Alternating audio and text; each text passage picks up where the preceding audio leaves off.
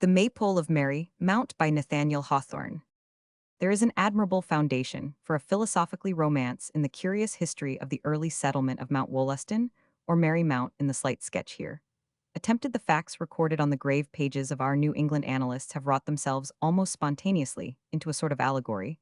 The masks, mummeries, and festive customs described in the text are in accordance with the manners of the age. Authority on these points may be found in Strutt's Book of English Sports and Pastimes. Bright were the days at Merry Mount, when the Maypole was the banner staff of that gay colony. They who reared it, should their banner be triumphant, were to pour sunshine over New England's rugged hills, and scatter flower seeds throughout the soil. Jollity and gloom were contending for an empire. Midsummer Eve had come, bringing deep verdure to the forest, and roses in her lap of a more vivid hue than the tender buds of spring. But May or her mirthful spirit dwelt all the year round at Merry Mount, sporting with the summer months, and reveling with autumn, and basking in the glow of winter's fireside. Through a world of toil and care, she flitted with a dreamlike smile, and came hither to find a home among the lightsome hearts of Merry Mount. Never had the Maypole been so gaily decked as at sunset on Midsummer Eve. This venerated emblem was a pine tree which had preserved the slender grace of youth, while it equaled the loftiest height of the old wood monarchs. From its top streamed a silken banner colored like the rainbow down nearly to the ground. The pole was dressed with birchen boughs, and others of the liveliest green, and some with silvery leaves, fastened by ribbons that fluttered in fantastic knots of 20 different colors. But no sad ones. Garden flowers and blossoms of the wilderness laughed gladly forth amid the verdure so fresh and dewy that they must have grown by magic on that happy pine tree. Where this green and flowery splendor terminated, the shaft of the Maypole was stained with the 7 brilliant hues of the banner at its top. On the lowest green bough hung an abundant wreath of roses, some that had been gathered in the sunniest spots of the forest, and others of still richer blush, which the colonists had reared from English seed. O people of the golden age, the chief of your husbandry was to raise flowers. But what was the wild throng that stood hand in hand about the Maypole? It could not be that the fauns and nymphs, when driven from their classic groves and homes of ancient fable, had sought refuge, as all the persecuted did, in the fresh woods of the West. These were Gothic monsters, though perhaps of Grecian ancestry. On the shoulders of a comely youth uprose the head and branching antlers of a stag, a second human in all. Other points had the grim visage of a wolf. A third, still with the trunk and limbs of a mortal man, showed the beard and horns of a venerable hegoat. There was the likeness of a bare erect brute in all but his hind legs, which were adorned with pink silk stockings. And here again, almost as wondrous, stood a real bear of the dark forest, lending each of his forepaws to the grasp of a human hand, and as ready for the dance as any in that circle. His inferior nature rose halfway to meet his companions. As they stooped, other faces wore the similitude of man or woman, but distorted or extravagant, with red noses pendulous before their mouths, which seemed of awful depth, and stretched from ear to ear in an eternal fit of laughter. Here might be seen the salvage Manuel, known in heraldry as a baboon, and girdled with green leaves by his side. A nobler figure, but still a counterfeit, appeared, an Indian hunter with feathery crest and wampum belt. Many of this strange company wore fool's caps, and had little bells appended to their garments, tinkling with a silvery sound, responsive to the inaudible music of their gleesome spirits. Some youths and maidens were of sober garb, yet well maintained their places in the irregular throng by the expression of wild revelry upon their features. Such were the colonists of Merry Mount as they stood in the broad smile of sunset round their venerated Maypole. Had a wanderer bewildered in the melancholy forest heard their mirth, and stolen a half-affrighted glance, he might have fancied them the crew of Camus, some already transformed to brutes, some midway between man and beast, and the others rioting in the flow of tipsy jollity that foreign the change, but a band of Puritans who watched the scene invisible themselves, compared the masks to those devils and ruined souls with whom their superstition peopled the black wilderness. Within the ring of monsters appeared the 2 airiest forms that had ever trodden on any more solid footing than a purpling golden cloud. One was a youth in glistening apparel, with a scarf of the rainbow pattern crosswise on his breast. His right hand held a gilded staff, the ensign of high dignity among the revelers, and his left grasped the slender fingers of a fair maiden not less gaily decorated than himself. Bright roses glowed in contrast with the dark and glossy curls of each, and were scattered round their feet, or had sprung up spontaneously there behind this lightsome couple. So close to the Maypole that its boughs shaded his jovial face stood the figure of an English priest, canonically dressed yet decked with flowers in heathen fashion, and wearing a chaplet of the native vine leaves by the riot of his rolling eye and the pagan decorations of his holy garb, he seemed the wildest monster there, and the very camuse of the crew.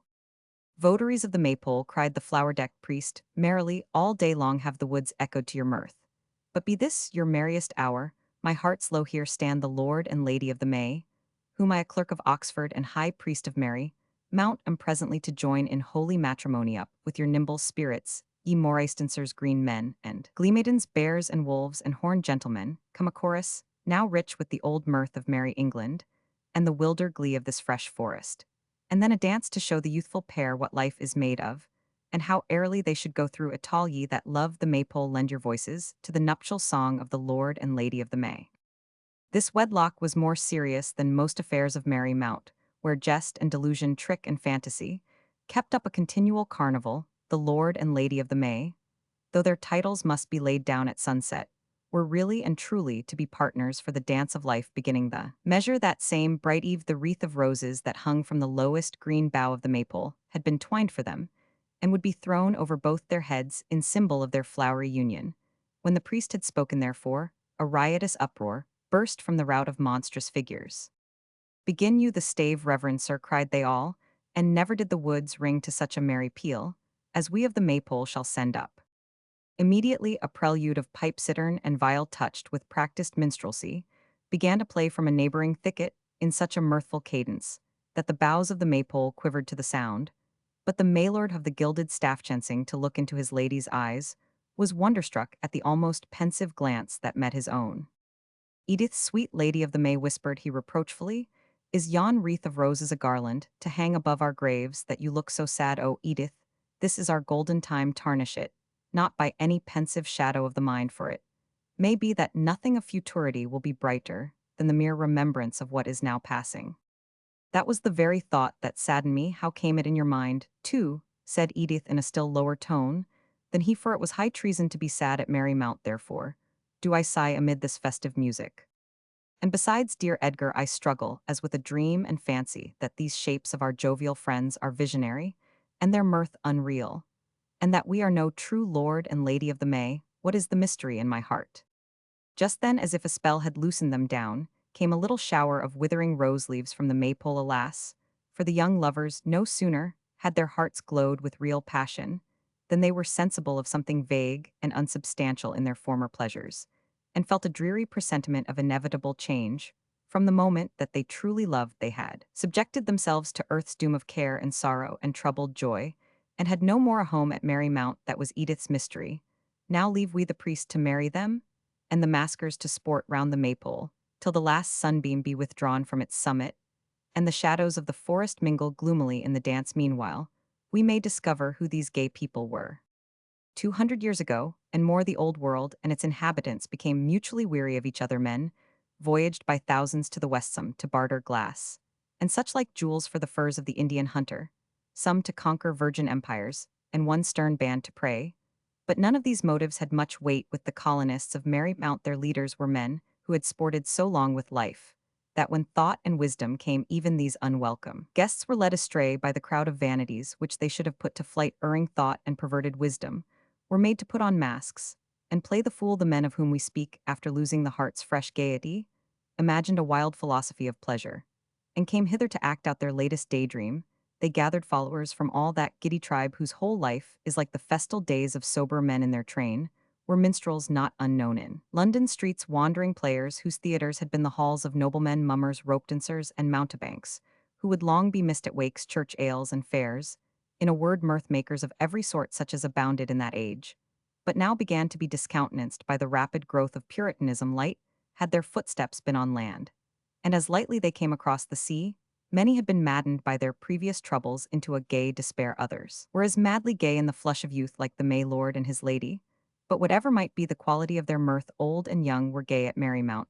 The young deemed themselves happy, the elder spirits, if they knew that mirth was but the counterfeit of happiness, yet followed the false shadow wilfully, because at least her garments glittered brightest. Sworn triflers of a lifetime, they would not venture among the sober truths of life, not even to be truly blessed. All the hereditary pastimes of old England were transplanted hither. The King of Christmas was duly crowned, and the Lord of Misrule bore potent sway on the eve of St. John. They felled whole acres of the forest to make bonfires, and danced by the blaze all night crowned with garlands, and throwing flowers into the flame at harvest time. Though their crop was of the smallest, they made an image with the sheaves of Indian corn, and wreathed it with autumnal garlands, and bore it home triumphantly. But what chiefly characterized the colonists of Merry Mount was their veneration for the maypole. It has made their true history a poet's tale spring decked. The hallowed emblem with young blossoms and fresh green boughs, summer brought roses of the deepest blush, and the perfected foliage of the forest autumn enriched it with that red and yellow gorgeousness which converts each wildwood leaf into a painted flower, and winter silvered it with sleet and hung it round with icicles, till it flashed in the cold sunshine itself, a frozen sunbeam. Thus each alternate season did homage to the maypole, and paid it a tribute of its own richest splendor. Its votaries danced round it. Once at least in every month sometimes, they called it their religion or their altar, but always it was the banner staff of Merry Mount. Unfortunately, there were men in the New World of a sterner faith than those maypole worshippers. Not far from Merry Mount was a settlement of Puritans, most dismal wretches, who said their prayers before daylight, and then wrought in the forest or the cornfield till evening made it prayer time again. Their weapons were always at hand to shoot down the straggling savage. When they met in conclave, it was never to keep up the old English mirth, but to hear sermons 3 hours long, or to proclaim bounties on the heads of wolves and the scalps of Indians. Their festivals were fast days, and their chief pastime the singing of psalms. Woe to the youth or maiden who did but dream of a dance. The selectman nodded to the constable, and there sat the light-heeled reprobate in the stocks, or if he danced, it was round the whipping post which might be termed the Puritan maypole. A party of these grim Puritans toiling through the difficult woods, each with a horseload of iron armor to burden his footsteps, would sometimes draw near the sunny precincts of Merry Mount. There were the silken colonists sporting round their maypole, perhaps teaching a bear to dance, or striving to communicate their mirth to the grave Indian, or masquerading in the skins of deer and wolves, which they had hunted for that especial purpose.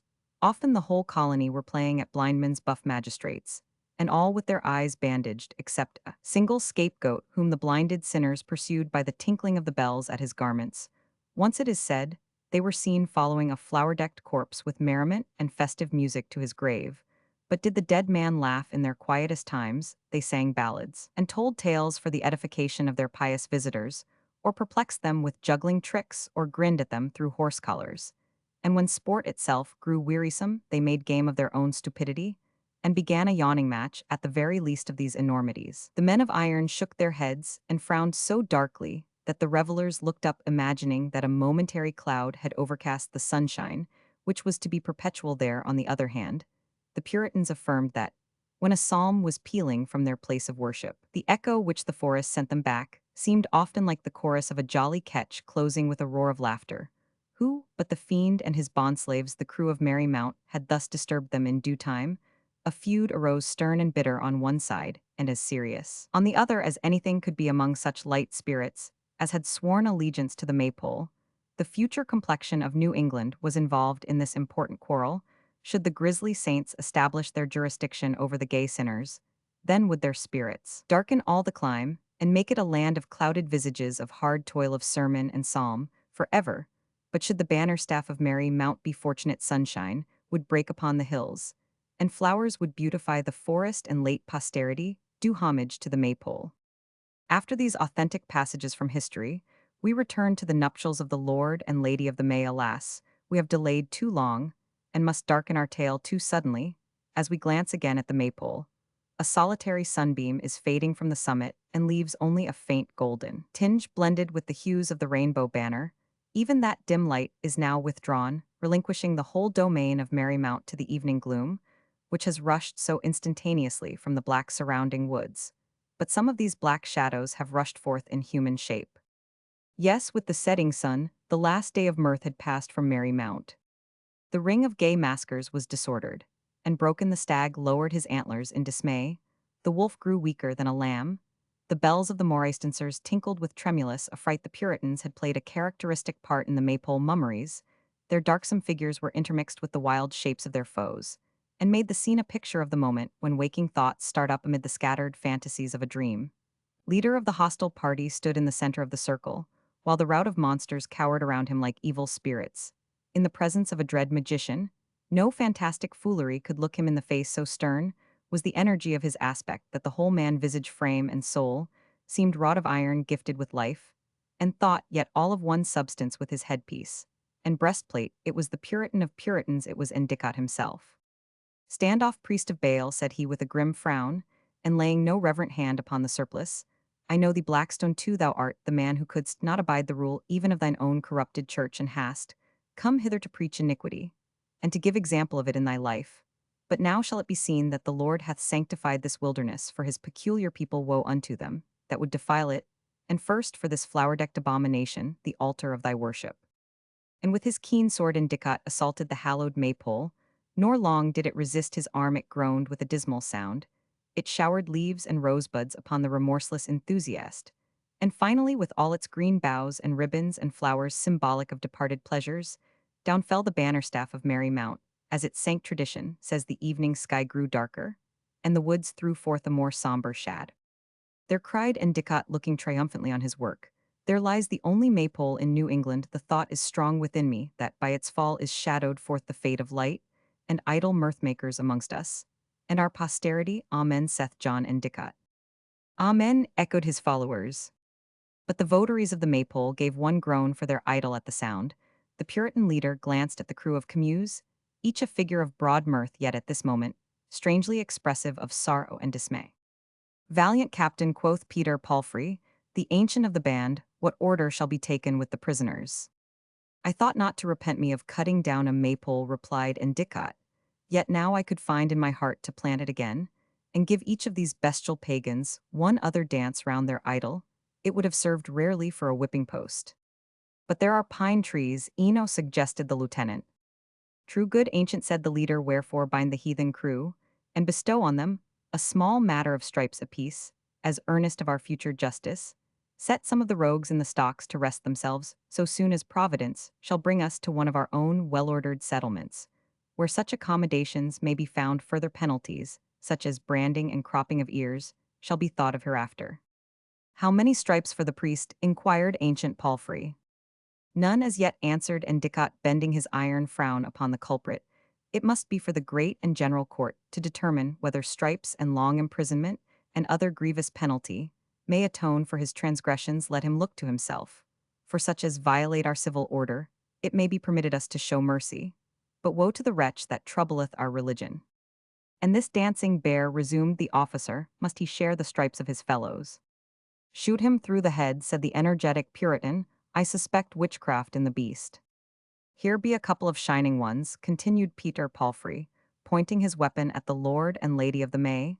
They seem to be of high station among these misdoers. Methinks their dignity will not be fitted with less than a double share of stripes. Endicott rested on his sword and closely surveyed the dress and aspect of the hapless pair. There they stood, pale, downcast, and apprehensive. Yet there was an air of mutual support and of pure affection, seeking aid and giving it, that showed them to be man and wife, with the sanction of a priest upon their love. The youth, in the peril of the moment, had dropped his gilded staff and thrown his arm about the Lady of the May, who leaned against his breast too lightly to burden him, but with weight enough to express that their destinies were linked together for good or evil. They looked first at each other, and then into the grim captain's face. There they stood in the first hour of wedlock, while the idle pleasures of which their companions were the emblems had given place to the sternest cares of life, personified by the dark Puritans. But never had their youthful beauty seemed so pure and high as when its glow was chastened by adversity. Youth, said Endicott, ye stand in an evil casithu, and thy maiden wife make ready presently, for I am minded that ye shall both have a token to remember your wedding day. Stern man, cried the Maylord, how can I move thee? Were the means at hand, I would resist to the death. Being powerless, I entreat, do with me as thou wilt, but let Edith go untouched. Not so, replied the immitigable zealot, we are not wont to show an idle courtesy to that sex, which requireth the stricter discipline. What sayest thou, maid? Shall thy silken bridegroom suffer thy share of the penalty besides his own? Be it death, said Edith, and lay it all on me. Truly, as Endicott had said, the poor lovers stood in a woeful case.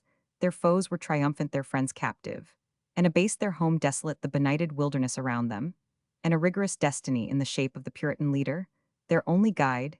Yet the deepening twilight could not altogether conceal that the Iron Man was softened, he smiled at the fair spectacle of early love. He almost sighed for the inevitable blight of early hopes. The troubles of life have come hastily on this young couple, observed, and Dicot we will see how they comport themselves under their present trials, ere we burden them with greater, if among the spoil there be any garments of a more decent fashion, let them be put upon this Maylord. And his lady, instead of their glistening vanities, look to it, some of you. And shall not the youth's hair be cut? Asked Peter Palfrey, looking with abhorrence at the lovelock and long glossy curls of the young man. Crop it forthwith, and that in the true pumpkin shell fashion, answered the captain. Then bring them along with us, but more gently than their fellows. There be qualities in the youth which may make him valiant to fight and sober to toil and pious to pray. And in the maiden that may fit her to become a mother in our Israel, bringing up babes in better nurture than her own, hath been, nor think ye, young ones, that they are the happiest, even in our lifetime of a moment, who misspend it in dancing round a maypole. And Endicott, the severest Puritan of all who laid the rock foundation of New England, lifted the wreath of roses from the ruin of the maypole, and threw it with his own gauntleted hand over the heads of the Lord and Lady of the May. It was a deed of prophecy. As the moral gloom of the world overpowers all systematic gaiety, even so was their home of wild mirth made desolate amid the sad forest. They returned to it no more, but as their flowery garland was wreathed of the brightest roses that had grown there, so in the tie that united them were intertwined all the purest and best of their early joys. They went heavenward supporting each other, along the difficult path which it was their lot to tread, and never wasted one regretful thought on the vanities of Merry Mount.